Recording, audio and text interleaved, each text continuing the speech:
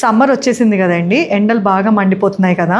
So మన pregnant ladies ఏం జాగ్రత్తలు తీసుకోవాలని మనం ఈ వీడియోలో తెలుసుకుందాం.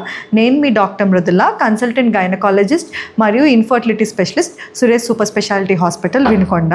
ఫస్ట్ ఆఫ్ ఆల్ అసలు ఎండలో తిరగడం తగ్గించేసేయండి. మధ్యాహ్నం 11 to 4 o'clock మధ్యలో బయటకు వెళ్ళే పనులు మ్యాక్సిమం తగ్గించుకోవడానికి ట్రై చేయండి.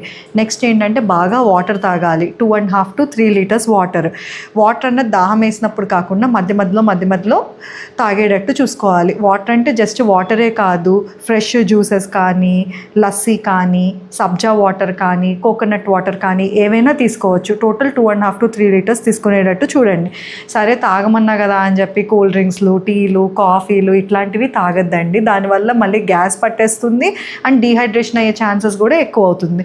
Next fruits and vegetables, fresh fruits and vegetables తీసుకోండి. ఫ్రూట్స్ అండ్ వెజిటబుల్స్లో కూడా ఎందులో అయితే వాటర్ కంటెంట్ ఎక్కువ ఉంటాయో అవి తీసుకోండి. Like water melon, Musk melon, కర్బూజా, కీరదోసకాయ ఇలాంటివన్నీ తినడానికి ట్రై చేయండి అనమాట.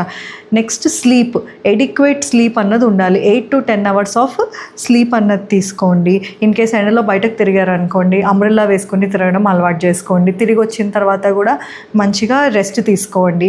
పడుకున్నప్పుడు కూడా ఎటువైపు తిరిగి పడుకోవాలి, లెఫ్ట్ సైడ్ తిరిగి పడుకోవాలి. లెఫ్ట్ లేటరల్ పొజిషన్ అంటాం.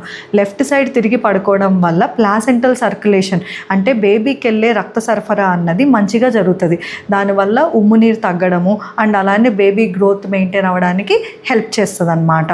దాంతోపాటు ఫైనల్గా ఏంటి, టైట్ క్లోతింగ్స్, లెగ్గింగ్స్ ఇలాంటివి కాకుండా మంచి కాటన్ వేర్, లూజ్ బట్టలు వేసుకోండి.